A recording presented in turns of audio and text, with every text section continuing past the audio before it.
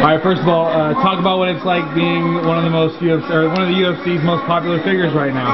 It's huge. You know, I still haven't quite gotten used to it. The fact that people want my autograph is still kind of weird to me, but I'm getting used to it, and I really like the attention I'm getting so far. What's been the biggest change, you think? Has it been the attention? Yeah, the attention, of course. Performing on such a big platform is huge. Actually, having money in my bank account is amazing.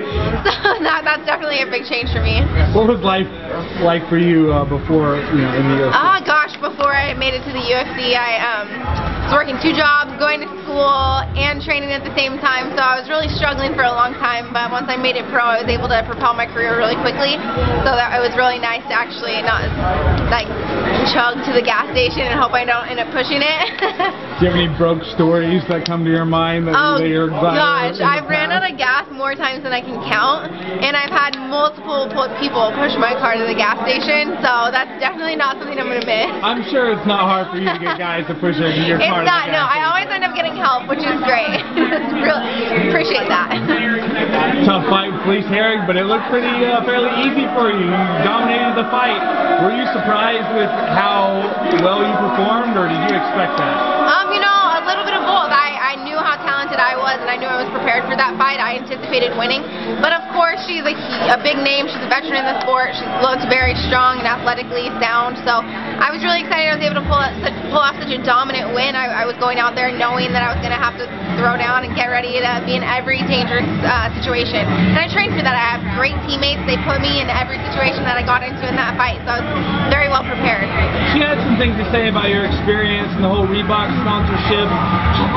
What did you think of that when you heard the comments, and how do you feel about them now? You know, I get used to them, I guess. I think I'll always be the underdog until someone else comes in and is the underdog. I want to talk to you. Oh, that's It wasn't me. I was wondering what was going on behind me. there's a little distraction. Hold on one second. Can we finish this interview real quick, bro? Bomb, that's the better of it. Okay, ready now. Interviews with Paige VanZant. Wow. Talk about training with Team Alpha Male. You got clowns like Chad Mendes and those guys. What's it like being in that gym? Training's always exciting. You never really know what's going to happen, and it's always something really funny. So it's great to train with such a fun team and make practice really exciting, and I get to see what it's like to train with champions, and everyone loves going to the gym, and everyone loves training, so it makes all the effort that we put into fighting super easy. I was talking to Joseph Benavides about gym talk and how guys have the gym talk. How do you feel, and do you kind of plug your ears and put on the earmuffs when the guys are talking like guys, or are you? Oh gosh.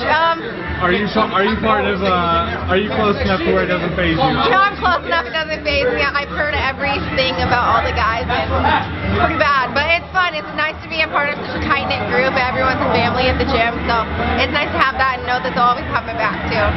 And talk about the training that you get there with those guys, and how they help you out, and have they helped you get to where you're at now? Do you credit your success to that team? I completely do. You know, Uriah especially was a huge part of my training camp. He really got me prepared for that fight. And all the guys at the gym, or even the girls that I train with, before my fight, they're like, tell me what you need. Let's get this together. I had different people coming up to me saying, hey, I noticed you're lacking in this area. Let me show you what I do. So it's huge to be a part of a team that cares that much, and I always had someone helping me for this fight. I had the best training camp of my life, and that's all thanks to Team Alpha Male. Now that you're playing Team Alpha Male officially, and you know you're in stone, is Alpha Male the best looking team in MMA? Duh, especially because I'm there. Love it. I also want to talk about the Reebok deal. You seem to be awesomely happy with Reebok. Tell us about that and how that came about. Yeah, you know, I'm thankful for the Reebok deal. I'm thankful to be a Reebok athlete. That's huge for me.